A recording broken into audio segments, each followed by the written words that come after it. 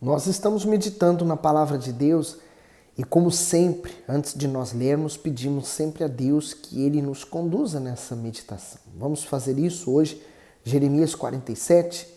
Meu Deus, obrigado por essa oportunidade que nós temos de poder ler essa palavra e absorver o espírito dela. E eu peço que o Senhor fale conosco. Em nome de Jesus. Amém. Você sabe que nós estamos lendo sobre Jeremias, essa parte. Deus está profetizando contra as nações e contra aqueles que foram rebeldes e que buscaram em primeiro momento a ajuda de Deus, mas não queriam obedecer, queriam que Deus fizesse o que eles queriam e que Deus abençoasse. Então, estamos agora em Jeremias 47 e eu peço que você compartilhe esse vídeo, dê o seu gosto, põe nos comentários depois o que Deus falou com você. Vamos lá. Versículo 1. A palavra do Senhor que veio a Jeremias, o profeta, contra os filisteus, antes que Faraó ferisse a Gaza. Assim diz o Senhor: eis que se levantam as águas do norte e tornar-se-ão em torrente transbordante, alagarão a terra e a sua plenitude, a terra e os que nela habitam. E os homens clamarão, e todos os moradores da terra se lamentarão. Ao ruído estrepitoso dos cascos dos seus fortes cavalos, ao barulho dos seus carros, ao estrondo das suas rodas, os pais não atendem aos filhos por causa da fraqueza das suas mãos, por causa do dia que vem para destruir a todos os filisteus, para cortar de Tiro e de Sidom todo o restante que os socorra, porque o Senhor destruirá os filisteus, o remanescente da ilha de Caftor.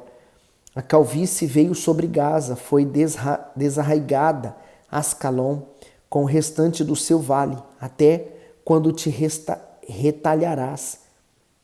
O comentário que vai do 2 ao 5, as águas que se levantam do norte, simbolizam o exército que provocaria o caos em Tiro, Sidom, Caftor e nas regiões de Gaza e de Ascalon.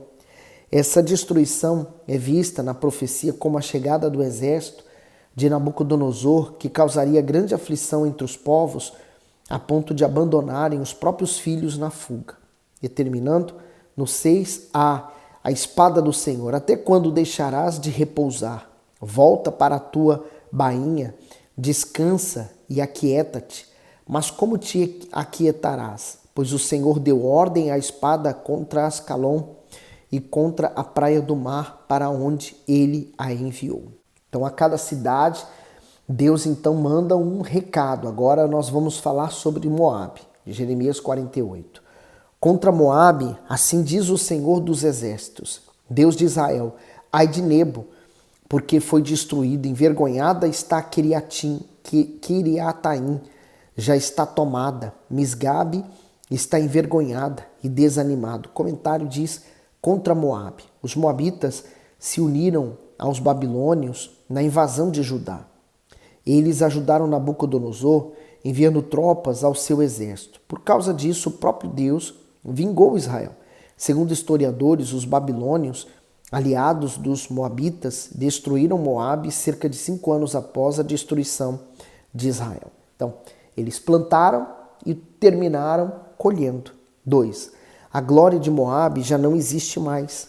Em Esbom, tramaram mal contra ela, dizendo: vinde e exterminemo-la, para que não seja mais nação. Também tu, ó Madmen, serás silenciada e a espada te perseguirá. Voz de clamor de Oranaim, ruína e grande destruição.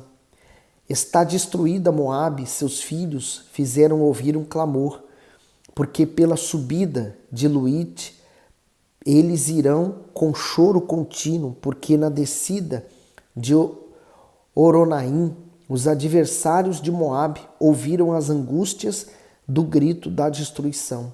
Fugi, salvai a vossa vida, sede como a tamangueira no deserto, porque por causa da tua confiança nas tuas obras e nos teus tesouros também tu serás tomada. E Quemós sairá para o cativeiro, os seus sacerdotes e os seus príncipes juntamente. O comentário: confiança nas tuas obras. Moabe era conhecida por suas fortificações, por suas alianças políticas, por sua prosperidade, por sua idolatria e por sua fervorosa adoração ao falso deus Quemós. Em virtude disso, os moabitas se juntavam protegidos, se julgavam protegidos de tudo. Deus ironizou a fé nula deles, uma vez que ela era aplicada em uma falsa divindade. Isto é, o protetor da nação seria levado cativo, assim como todos os seus sacerdotes. O ser humano tem a forte inclinação de apoiar sua vida sobre riquezas, talentos, pessoas e promessas humanas, mas nada disso pode garantir a sua segurança. Sabe, eu vejo uma coisa aqui, né? Enquanto as nações tinham um Deus, né, fabricado por mãos humanas e davam um nome a ele, o Deus de Israel era um Deus sem face, quer dizer, sem imagem, e que ninguém conhecia o seu nome. Era um Deus invisível, mas era um Deus que respondia, diferente dos outros deuses que não os protegia. Então, qual seria o sentido da nação de Israel? Qual seria o papel da nação de Israel em relação às outras nações? É que ela daria testemunho desse Deus, o único Deus que livra. Mas terminava que a nação de Israel era tão influenciada pelas demais nações. Agora o 8. Porque virá o destruidor sobre cada uma das cidades, e nenhuma cidade escapará, e perecerá o vale, e destruir-se-á a campina, porque o Senhor o disse. Dai asas a Moabe, porque voando sairá, e as suas cidades se tornarão desolação, e ninguém morará nelas.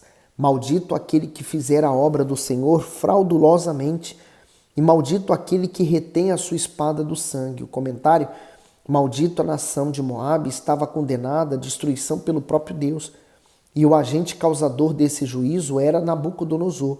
Se o rei caldeu transigisse em um só detalhe da sentença imposta àquele povo, ele seria reputado por maldito. Assim, sob o seu comando, o exército caldeu não poderia reter a espada do sangue.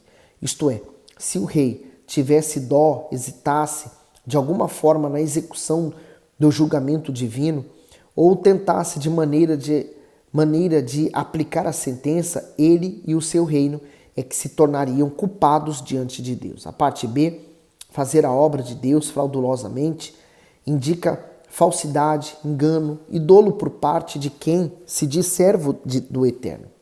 Se para executar julgamento o Eterno pode usar o incrédulo para semear sua palavra de salvação, ele usa o justo. Por isso, todo aquele que é nascido do Espírito se torna seu servo, ou seja, um trabalhador que coopera com o seu reino neste mundo. Porém, algo deve ser observado: a qualidade do trabalho apresentado ao Altíssimo. Esse critério faz a pessoa ser considerada bendita ou maldita pelo Senhor. Isto é, o Todo-Poderoso não aceita que ninguém o sirva visando os interesses pessoais e muito menos que viva no pecado hipocritamente. Mostra uma falsa santidade aos outros. Deus preza pela sinceridade, pelo zelo e pelo fervor na obra que foi ordenado por Ele. Dessa forma, os trabalhadores do serviço sagrado devem estar entregues no corpo, alma e espírito no propósito a que foram chamados, pois se não for assim, estarão fadados à ruína, ou seja, ao invés de serem tratados como filhos, serão reputados como impostores e culpados pelo Senhor. Por isso o Senhor Jesus falou que quem coloca a mão no arado e olha para trás, quer dizer, se arrepende, né, e abandona, não é digno dele. Então, ninguém foi obrigado. Por exemplo, eu não fui obrigado a ser pastor. Foi voluntário. Havia e há um desejo de levar a palavra do meu Senhor às outras pessoas. E ele permanece vivo em mim. Por que o Bispo Macedo está onde está até hoje, né, depois de tantos anos? Porque ele continua e mantém viva a chama do desejo de ganhar almas. A parte C diz assim: retém a espada do sangue. Nabucodonosor precisava obedecer à ordem divina e destruir as nações estrangeiras como Moabe, Egito e a Filiste, por exemplo. Essa era uma forma do julgamento chegar a esses povos que praticavam idolatria e outras abominações. Por isso, reter a espada significava deixar de cumprir a sentença de Deus. De igual modo, aquele que deseja honrar ao Senhor deve executar a sua vontade com fidelidade e zelar pela sua obra. Isso significa que quando uma pessoa vê mau caratismo, desonestidade, adultério, mentiras e práticas que nada têm a ver com a retidão e com a santidade do Evangelho, ela não pode se omitir. Caso contrário, pesará sobre ela a cumplicidade nesse pecado e, portanto, sofrerá as consequências da sua negligência. Então, aqui está um grande exemplo para nós trazermos para a nossa vida, né? Para não nos tornarmos também fazendo algo para Deus e maldito. 11. Moabe esteve descansado desde a sua mocidade e repousou nas suas borras. E não foi mudado de vasilha para vasilha, nem foi para o cativeiro. Por isso, conservou o seu sabor e o seu cheiro não se alterou. Portanto, eis que dias vêm, diz o Senhor, em que lhes enviarei derramadores que o derramarão e despejarão as suas vasilhas e romperão os seus odres. E Moabe será vergonha de Quemós, como a casa de Israel se envergonhou de Betel, sua confiança.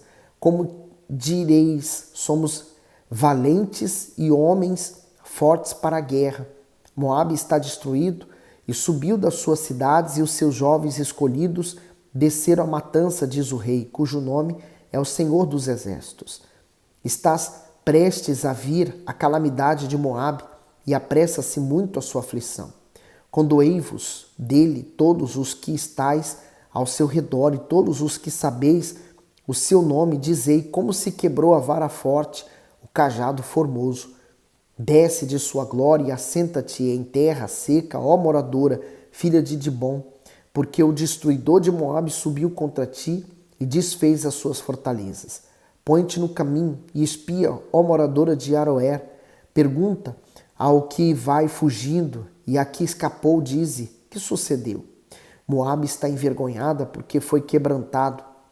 Lamentai, gritai e anunciai que Arnon, que Moabe está destruído. Também o julgamento veio sobre a terra da campina, sobre Olom, sobre Jaza, sobre Mafaete, sobre Dibom, sobre Nebo, sobre Bet de Blataim, sobre Kiriataim, sobre Bet Gamul, sobre Bet Meon, sobre Queriote e sobre Bosra, e até sobre todas as cidades da terra de Moabe, as de longe e as de perto.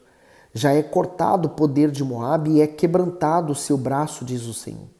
Embriagai, porque contra o Senhor se engrandeceu, e Moabe se revoltará no seu vômito, e ele também se tornará objeto de escárnio. Pois não foi também Israel objeto de escárnio? Porventura foi achado entre ladrões, para que sempre que fales dele salte de alegria? Deixai as cidades e habitai no rochedo, ó moradores de Moabe, e sede como a pomba que se aninha nos lados da boca da caverna. Ouvimos da soberba de Moabe, que é soberbíssimo, como também da sua arrogância e da sua vaidade, da sua altivez, do seu orgulhoso coração. Eu conheço, diz o Senhor, a sua indignação, mas isso nada é. As suas mentiras nada farão. Por isso gemerei por Moabe, sim, gritarei por todo Moabe, pelos homens de Quirieres, lamentarei. Com o choro de Jazer, chorar-te-ei, ó vide da Sibma. Os teus ramos passaram, o mar chegaram até o mar de Jazer. Porém o destruidor caiu sobre os teus frutos do verão e sobre a tua vindima. Tirou-se, pois, o fulguedo e a alegria do campo fértil e da terra de Moabe, porque fiz cessar o vinho nos lagares. Já não pisarão uvas com júbilo, o júbilo não será júbilo. Por causa do grito de Esbom, até Eleale e até Jaás se ouviu a sua voz, desde Zoar até Oranaim, como bezerra de 3 anos, porque até as águas de Niraim se tornarão em assolação. E farei cessar em Moabe, diz o Senhor, que sacrifique nos altos e queime incenso aos seus deuses.